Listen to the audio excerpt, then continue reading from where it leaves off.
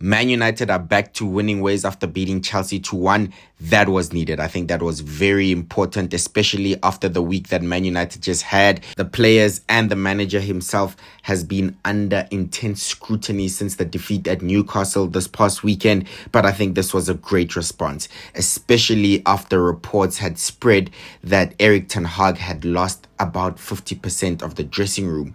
But for Chelsea, not a good look. Chelsea lose again in 2023. That's been the same story for the whole year. And once again, questions would be raised on what is the actual progress that's been made. Chelsea are still lingering around mid-table, literally slightly going up or down throughout the year, through Graham Potter and through Frank Lampard as the interim manager, and now with Pochettino. Again, what is the progress that is being made? Questions are going to be asked on Pochettino about that. But with Ten Hag, I think he got a brilliant response. He said it in his press conference that his players are behind him. That's what he believed. And I also believe that they showed it. He also himself improved on his tactics. I think Man United were much more attacking in this game. Man United as a whole were brave, dynamic. You could not fault the players for any effort. I believe it's a great response as well from the players to put on a display that shows that they're willing to run and willing to work hard for the United badge. And I also think it's a great way for Ten Hag to show authority, to show that he's in control. He dropped Martial, he dropped Marcus Rashford, he went with the team that he believed. He still picked Anthony even after lots of criticism, and Anthony, I believe, had a very good game. I think this was one of Man United's better performances throughout the season. Bruno Fernandez missed the penalty. Once again, that run-up, I feel like if keepers study that modern run-up that players like Bruno Fernandes, Jorginho do, where they slowly jog, walk up to the ball, look at the keeper in the eyes, want the keeper to make a decision. If the keeper dives, obviously they put it to the other side. But if not, it puts pressure back on the penalty taker. And I think that's exactly what happened here. Not a good penalty, but if it works, we say, wow, that's brilliant. So I guess it can go either way. With Bruno, to be fair, he scores much more than he misses. So we can't be too critical. He has a very good record from the spot. But Man United's day was not going to be messed up. McTominay stepped up. And this season, McTominay has stepped up plenty of times, and we have to acknowledge that this man has also had his fair share of struggles with Man United and the Man United fan base.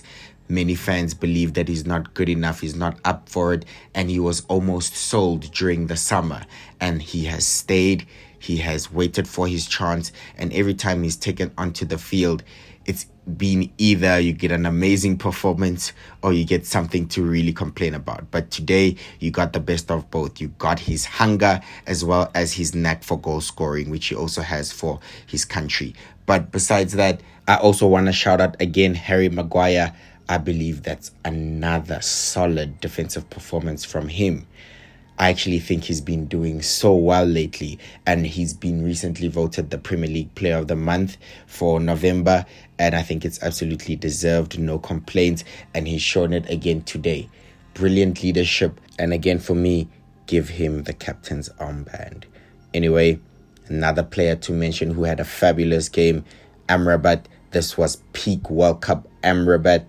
He was controlling and bossing the midfield. He was all over. It's like today he saw Mbappe all over again, but he just pocketed a 250 million euro midfield. One man. Impressive performance. I think that's his best performance since joining Man United. Some positives for Chelsea though. Cole Palmer has scored again.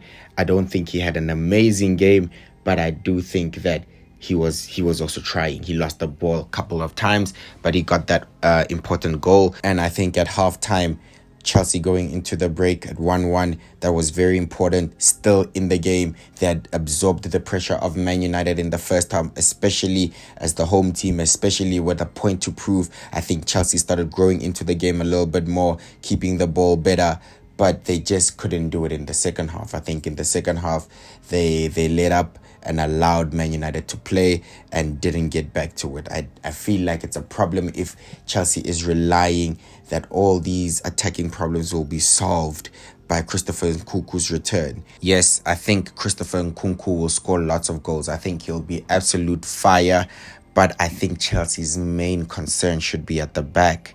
The defense, very leaky. We saw again today, Robert Sanchez, fair enough, made some beautiful saves, some great saves to try keep Chelsea in it.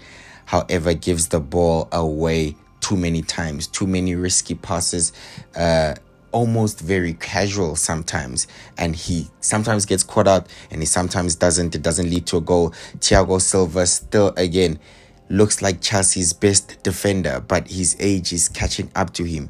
Reece James today showed the importance of fitness. He hasn't been playing too consistently this season, and it showed during this game. He couldn't keep up with Garnacho, who's been playing very regularly for Man United now. And once again, Pochettino, I am not too convinced with his start to his Chelsea career, and I start getting a little bit worried because we are going again into a period where the fixtures themselves are coming thick and fast, and we know Chelsea is in a period where they have a lot of tough opponents and oppositions, and if he cannot do it without the distractions of European football, how would he cope when Chelsea are in top four? And by the way, Chelsea are now officially 17 points behind first, and we're not even halfway through the season, and Chelsea are 11 points adrift of Man City in fourth position. And I feel like that is already a problem. We're not halfway through, and of course fixtures are still going to become more difficult. Chelsea have played majority of their big games at home. They've already played Arsenal at home. They've played Man City at home, and they didn't even win those games. And they've also played Liverpool at home as well. Again, another draw there. It looks like it's going to be a steep mountain to climb if Chelsea really want to get back into top four.